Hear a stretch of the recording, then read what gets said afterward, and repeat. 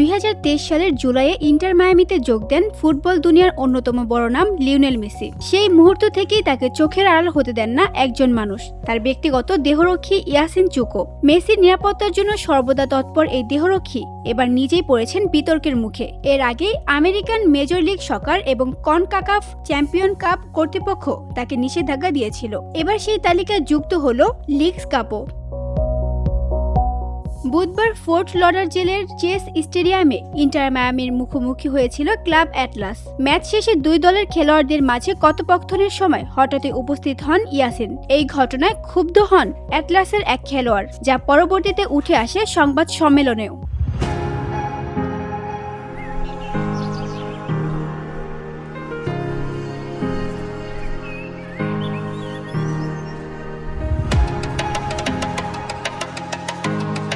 অভিযোগের ভিত্তিতে leagues cup কর্তৃপক্ষ নিল কঠোর পদক্ষেপ। লিগস কাপ ডিসিপ্লিনারি কমিটি জানান, 30 জুলাই ইন্টার মায়ামি ও ক্লাব অ্যাটলাস ম্যাচের পর অনুমতি ছাড়া সংরক্ষিত এলাকায় প্রবেশ এবং অনুপযুক্ত আচরণ করেছেন মায়ামির এক প্রতিনিধি। সে কারণে তাকে চলতি বছর প্রতিযোগিতার বাকি অংশ থেকে নিষিদ্ধ করা হয়েছে। সেই সঙ্গে ইন্টার মায়ামির ওপরও আরোপ করা হয়েছে অপ্রকাশ্য জরিমানা। নিষেধাজ্ঞা চলাকালীন ইয়াসিন আর টেকনিক্যাল এরিয়ায় প্রবেশ করতে পারবেন না। মেসিকে ঘিরে সব সময় যে বাড়তি নিরাপত্তা, তা এবার দলকেই ফেলে দিল বিপাকে।